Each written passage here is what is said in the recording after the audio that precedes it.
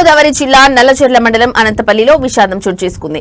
పాము కాటికి 3 ఏళ్ల చిన్నారి వన్సిక మృతి చెందింది. అనంతపల్లికి చెందిన తీగల ప్రకాష్, తీగల ధనలక్ష్మి దంపతుల రెండో కుమార్తె వన్సిక. చిన్నారి టాయిలెట్ కని బయటకు రావడంతో పాము కాటుకు గురైంది.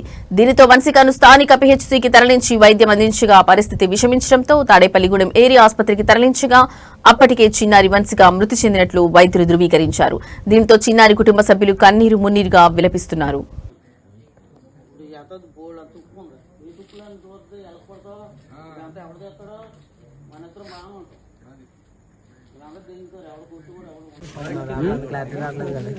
అది తెలకుందా దాన్ని పట్టుకో, దాన్ని సెల్ఫీ అడిగి వెళ్ళి ఆ వీడియో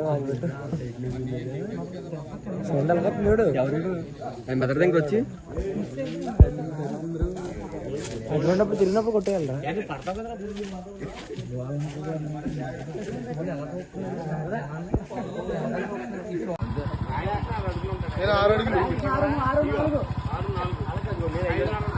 సరిపోతారుగా సరిపోతావు చెప్పే కదా